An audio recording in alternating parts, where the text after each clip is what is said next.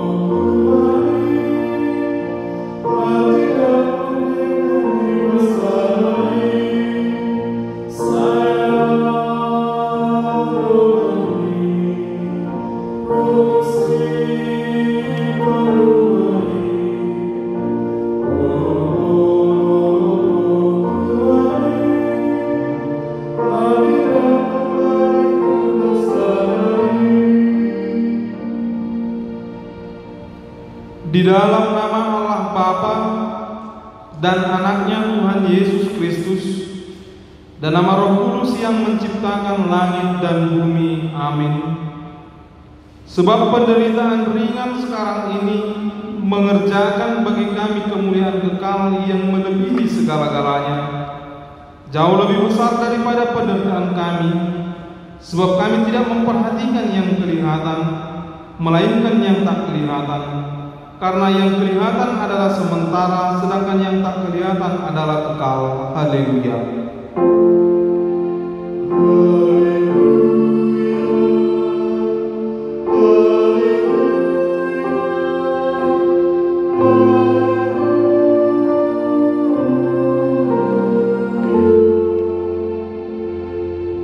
Kita berdoa.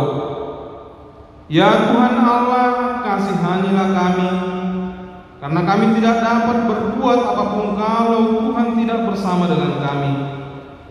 Berilah hal-hal yang rohani bagi kami supaya kami dapat melakukan kehendak-Mu.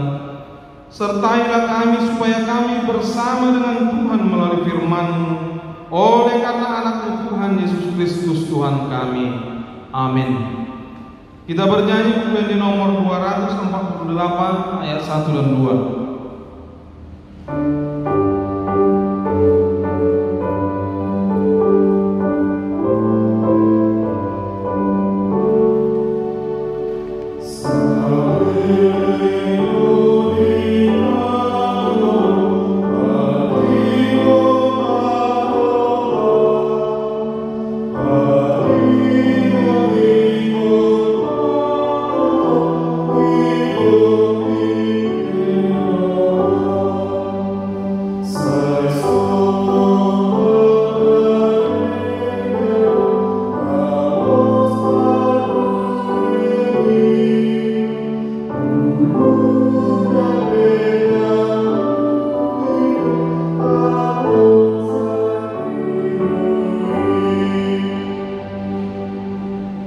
Dengarlah hukum Tuhan yang tertulis dalam Mazmur 41 ayat 2-4. Berbahagialah orang yang memperhatikan menyaksikan orang lemah.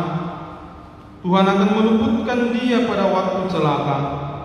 Tuhan akan melindungi dia dan memelihara nyawanya, sehingga ia disebut berbahagia di bumi. Engkau takkan membiarkan dia dipermainkan musuhnya. Tuhan membantu dia dirancangnya waktu sakit. Di tempat tidurnya kau pulihkannya sama sekali dari sakitnya. Marilah kita sama-sama berdoa dan memohon kekuatan kepada Tuhan untuk melakukan hukum-Nya.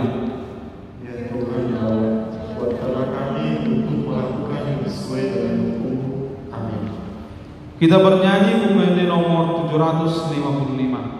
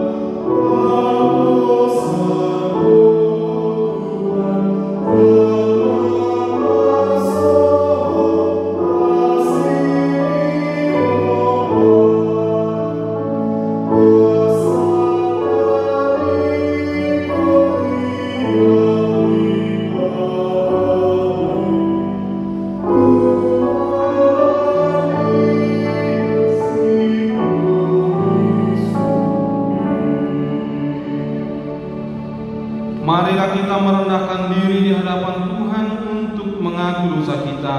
Kita berdoa. Ya Tuhan Allah Bapa kami yang Maha Kuasa, Engkau mengasihi kami orang yang hina dan tercela ini.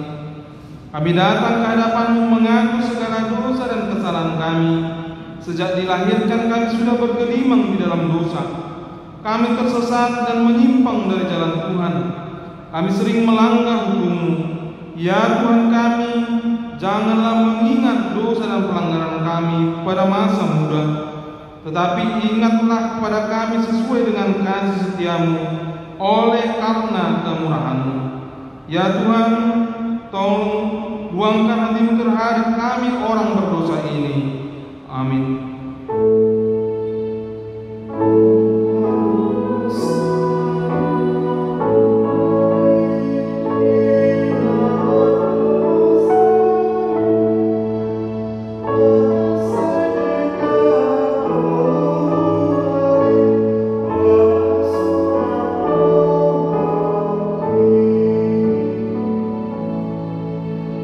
Janji Tuhan akan pengampunan dosa kita.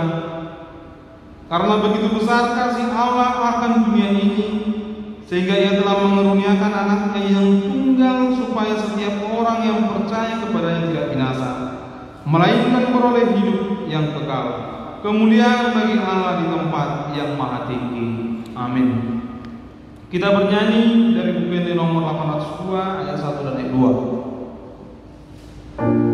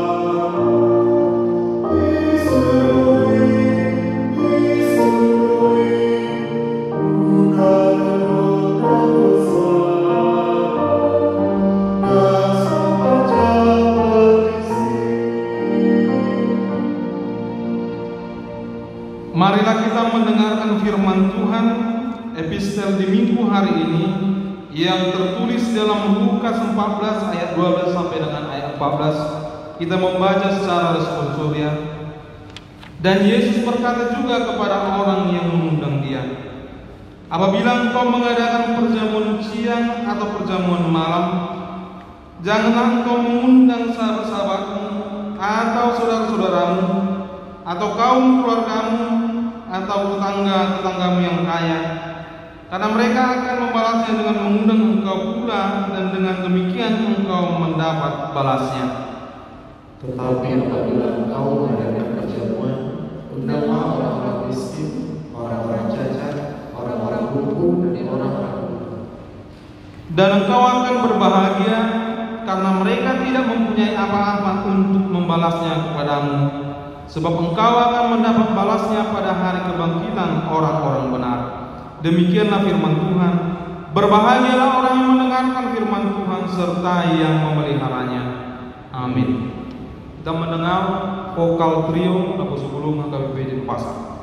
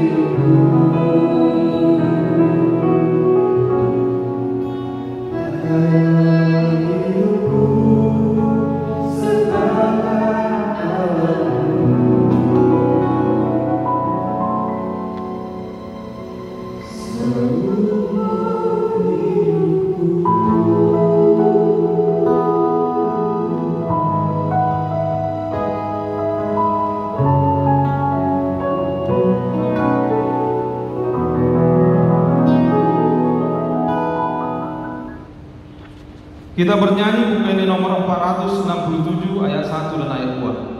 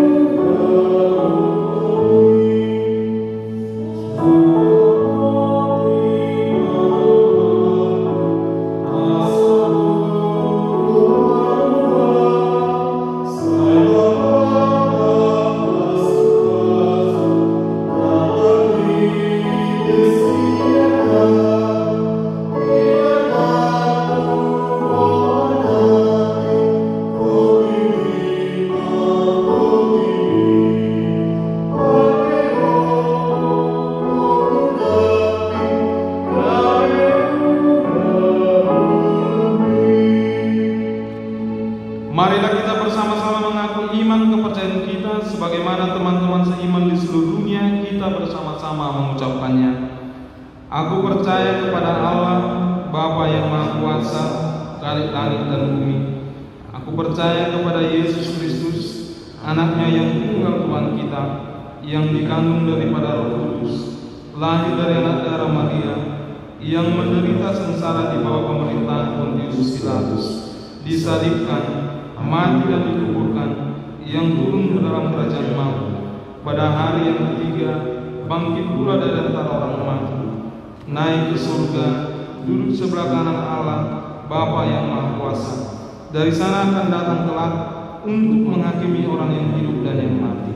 Aku percaya kepada Roh Kudus dan adanya satu gereja yang kudus, persekutuan orang kudus, pengampunan dosa, kebangkitan daging, dan hidup yang kekal. Kita bernyanyi dari buku ini nomor 691 sambil mengumpulkan persembahan.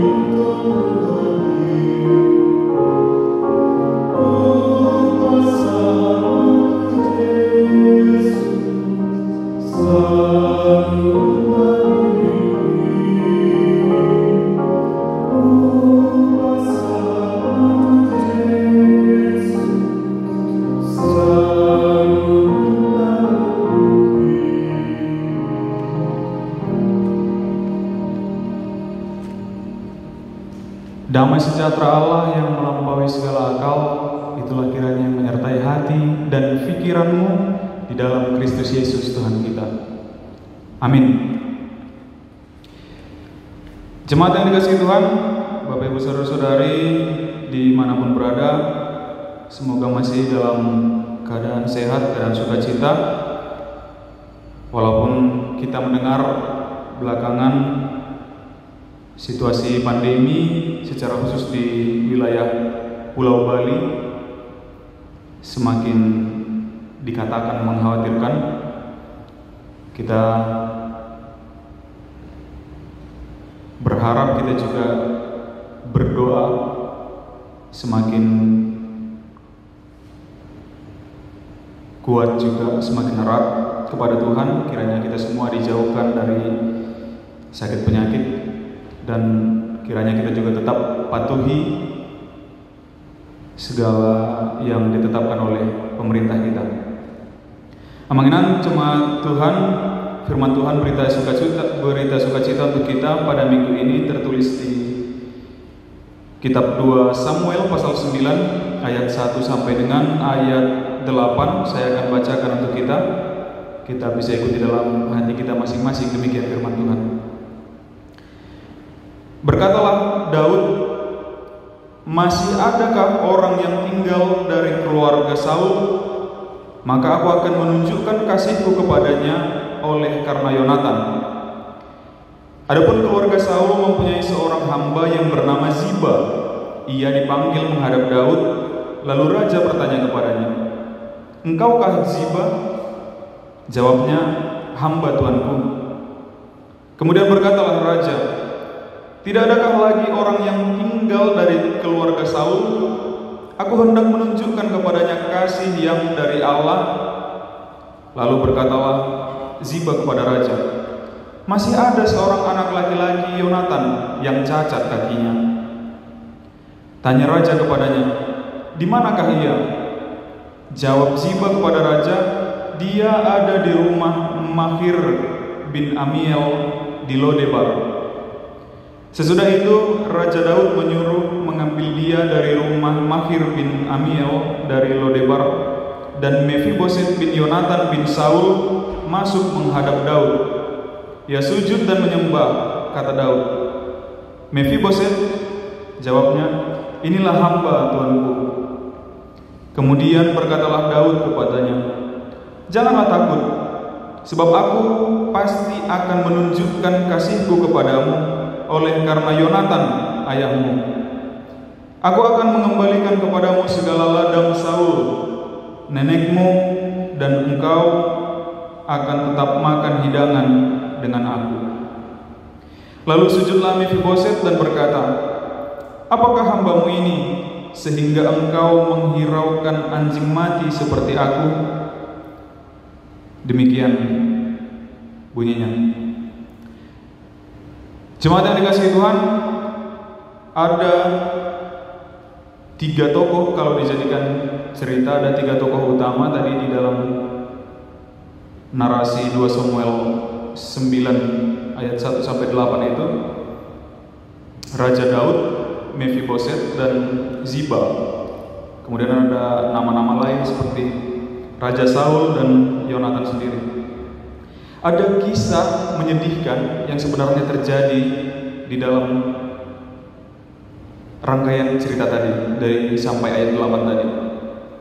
Jika kita lihat pertama sekali Raja Daud itu datang, terus dia cari keturunan Raja Saul. Kemudian kita diperkenalkan dengan Ziba, itu pelayannya Raja Saul. Kemudian dia ditanya,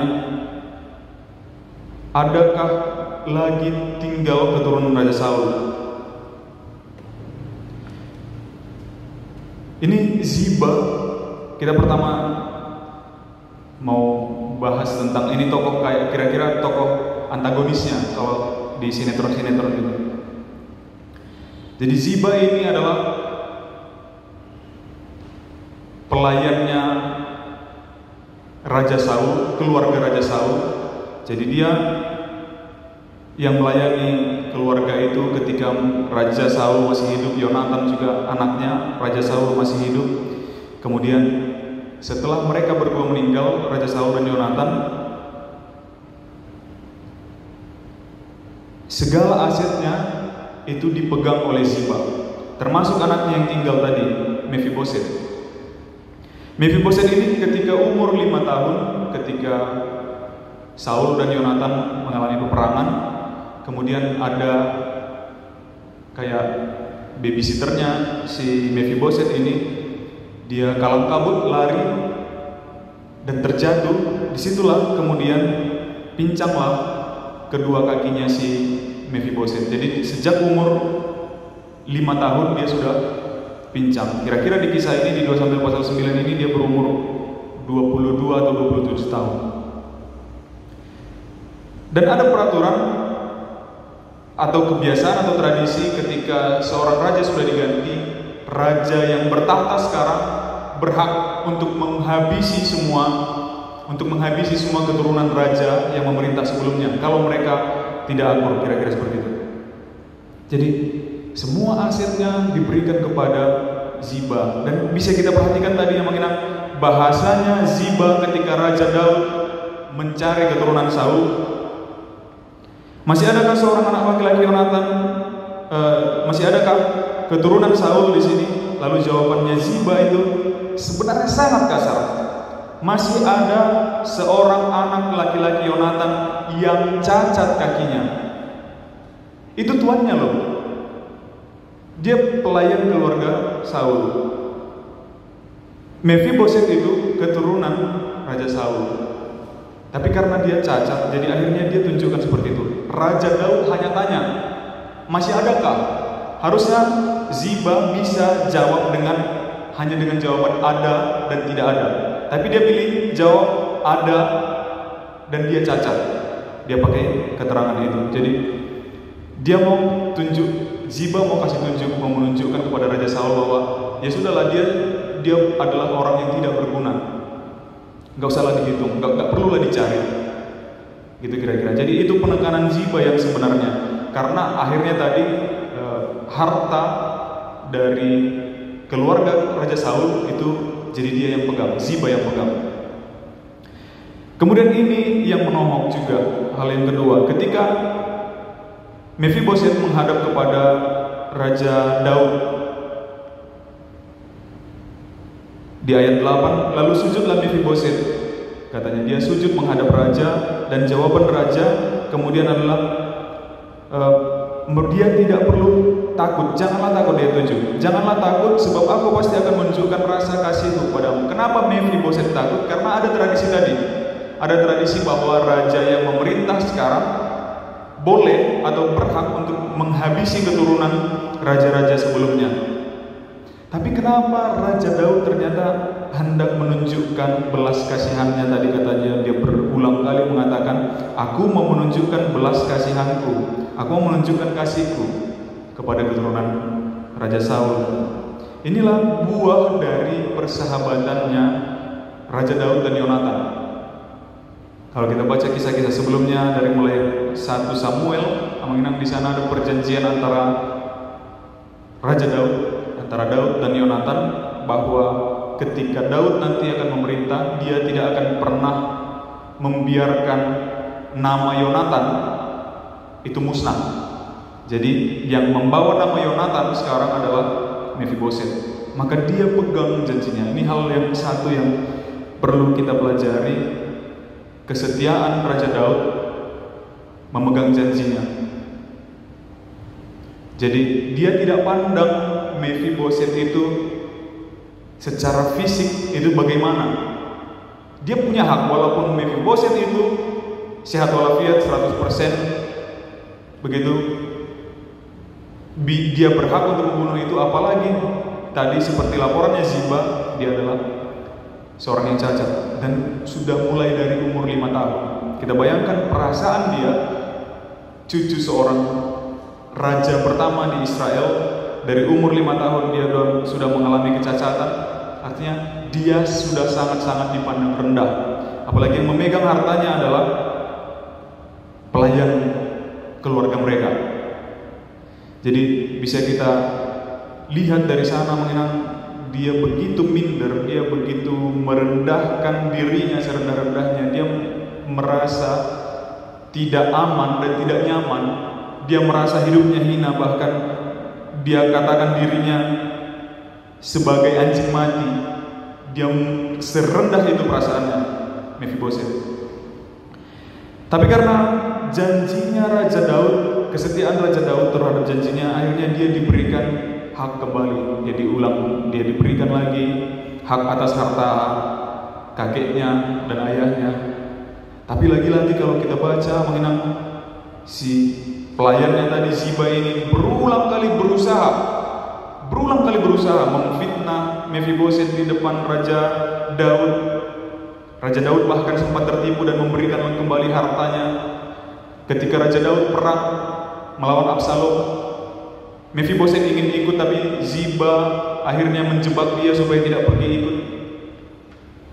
Sepulangnya Raja Daud dari perang, Ziba melapor lagi, aku sudah persiapkan ini untuk kalian, persiapkan ini. Lalu Daud lihat Mephibosheth tidak ikut, dia difitnah lagi.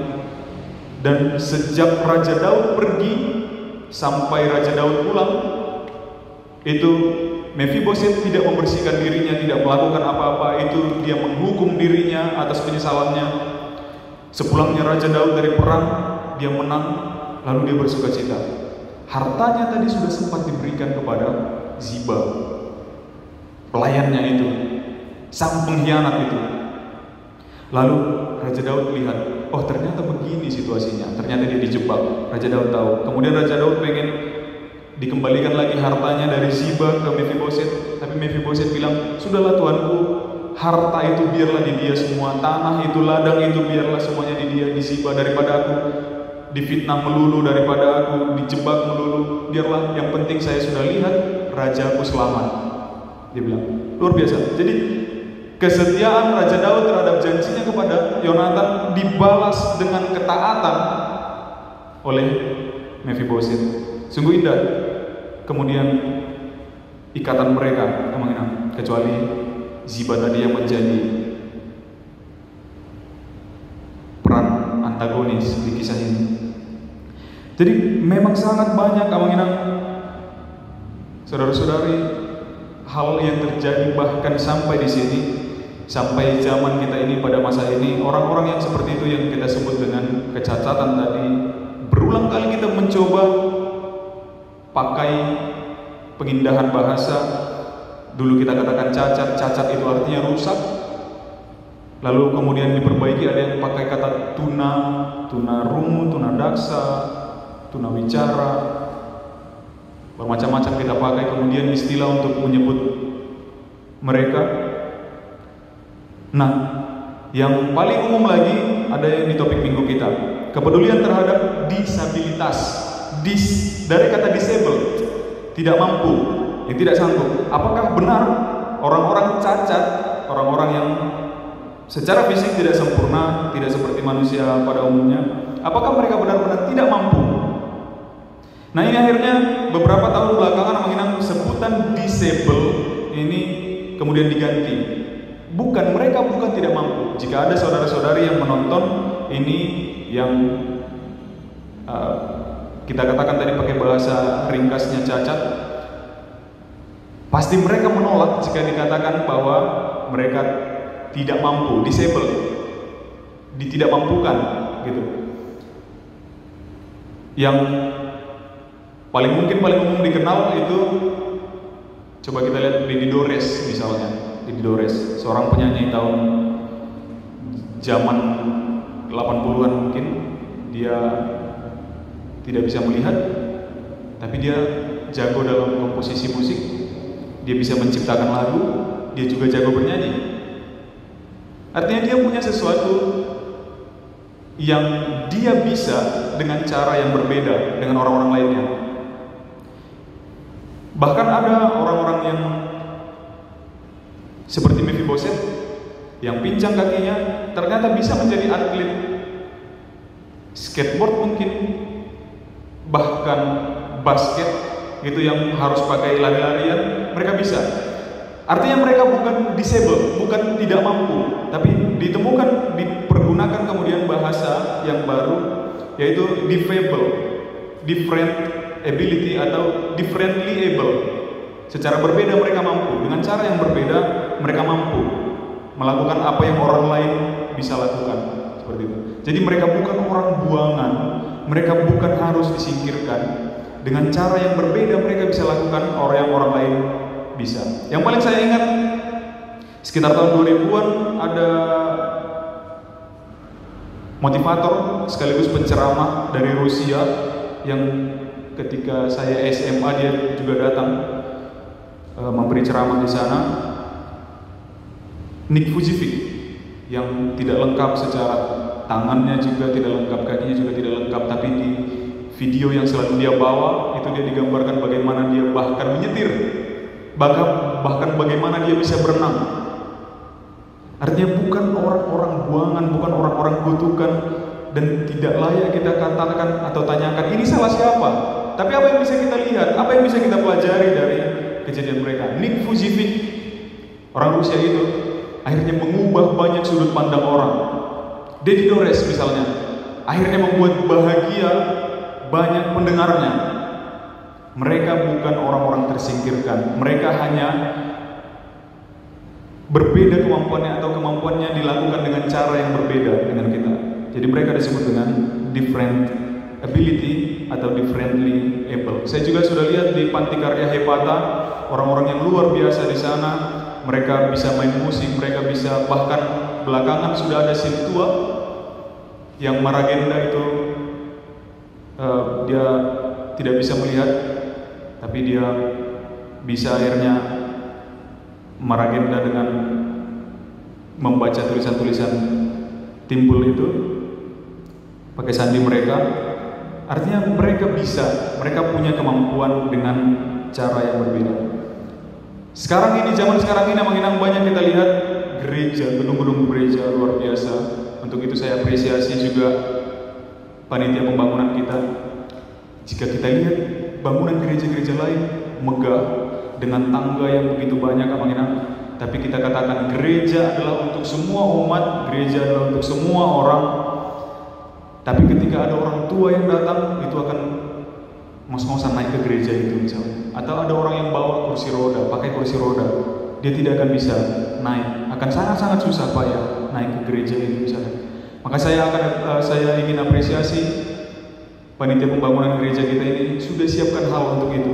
Di depan ada tangga, tapi untuk orang-orang yang mempunyai kemampuan lain, kemampuan berbeda, difabel tadi, kita sudah siapkan juga lift untuk mereka. Jadi di sanalah nyata bahwa gereja adalah milik semua orang, adalah milik semua umat, tanpa memandang bahkan bentuk fisik mereka, kira-kira seperti itu. Mungkin untuk ke depan kita bisa akan tingkatkan lagi pelayanan untuk orang-orang yang difabel tadi ini.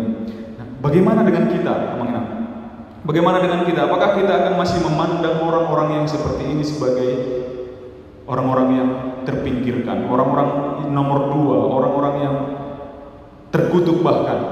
Atau saudara-saudari sendiri yang memiliki kecacatan, apakah masih merasa bahwa dirinya adalah orang yang terkutuk, orang yang dipinggirkan seperti kata Mephibosheth tadi, saya adalah anjing mati, untuk apa saya diperdulikan oleh seorang raja besar seperti Daud?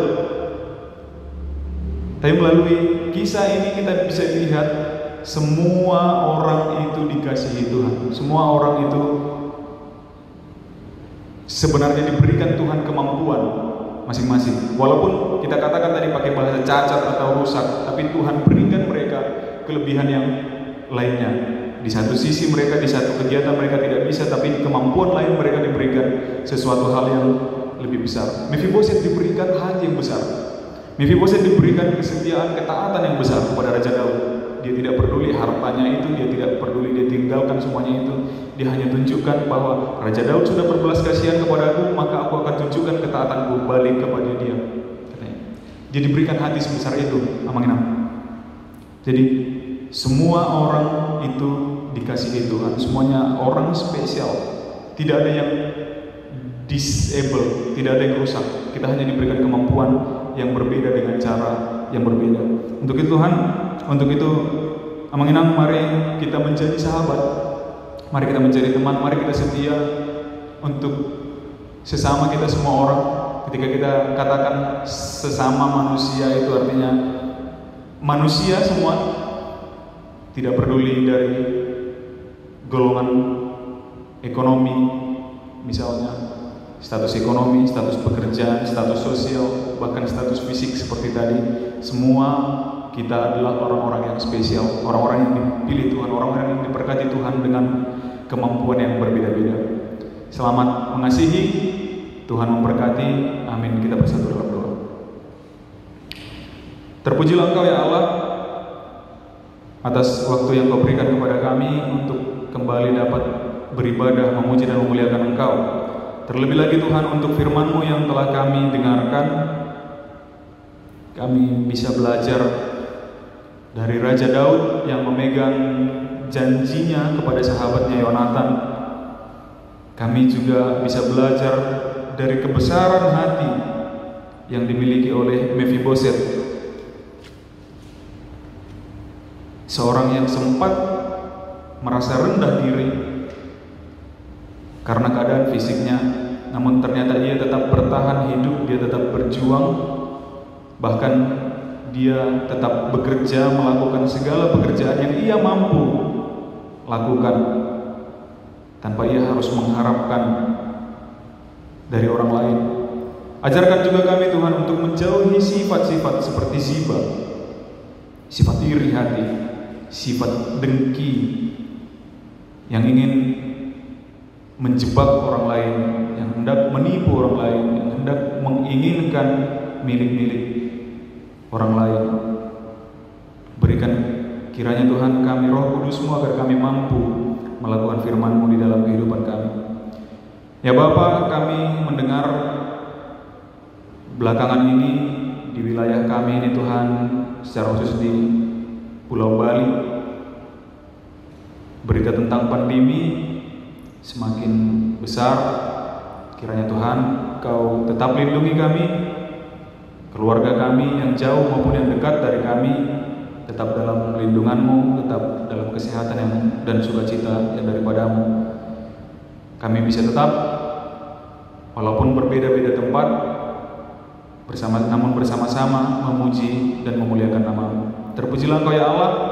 Di dalam nama Anak-Mu Yesus Kristus kami berdoa dan mengucap syukur. Amin.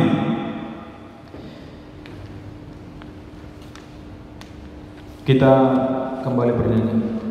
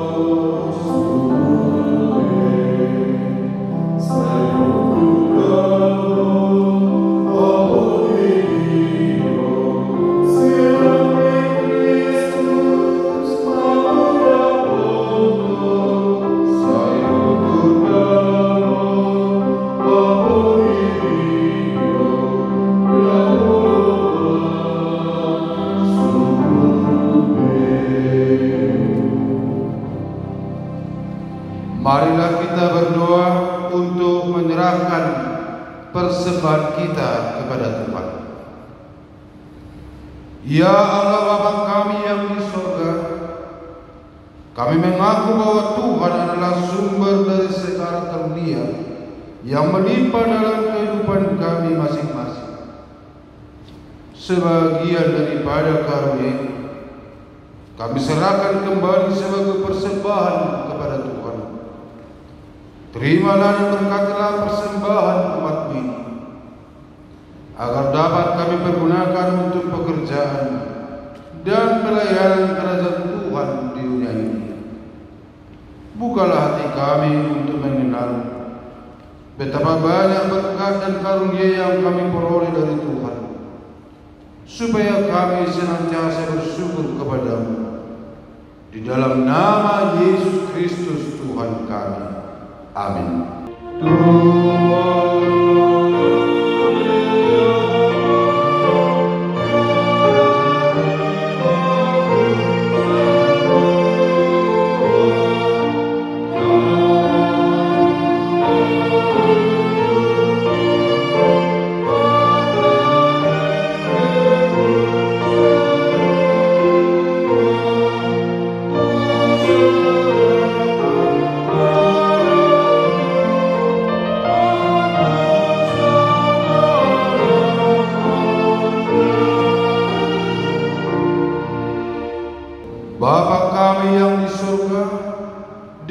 dikuduskanlah nama-Mu, datanglah kerajaan-Mu, jadilah kehendak-Mu di bumi seperti di surga. Berikanlah kami pada hari ini makanan kami yang secukupnya, dan ampunilah kami akan kesalahan kami, seperti kami juga telah mengampuni orang yang bersalah kepada kami. Dan janganlah membawa kami ke dalam pencobaan, tetapi lepaskanlah kami daripada yang jahat.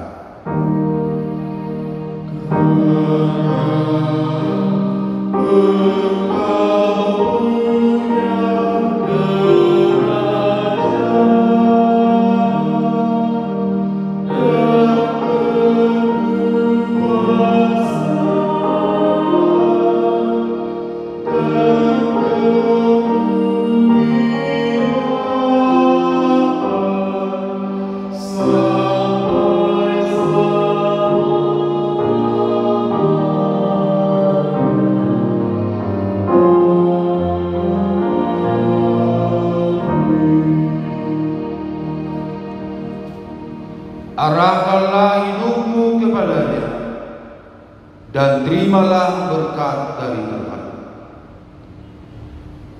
Tuhan memberkati engkau dan melindungi engkau. Tuhan menyinari engkau dengan wajah-Nya dan memberi engkau kasih karunia. Tuhan menghadapkan wajah-Nya kepadamu dan memberi engkau damai sejahtera.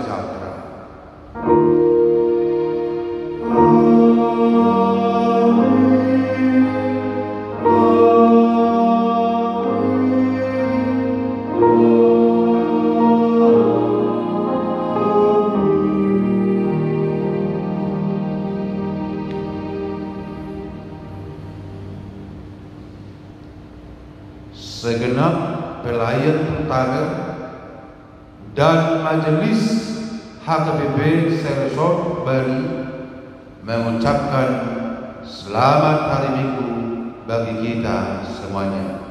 Tuhan Yesus memberkati. Shalom.